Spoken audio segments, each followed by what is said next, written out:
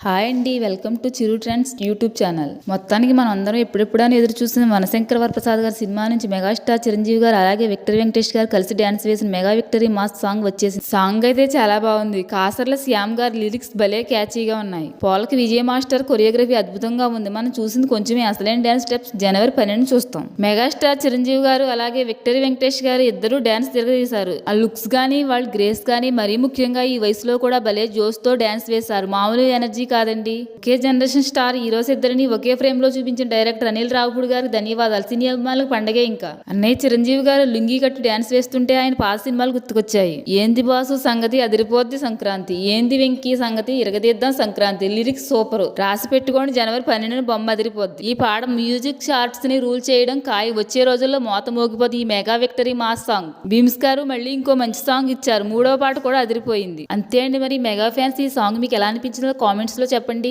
Thank you.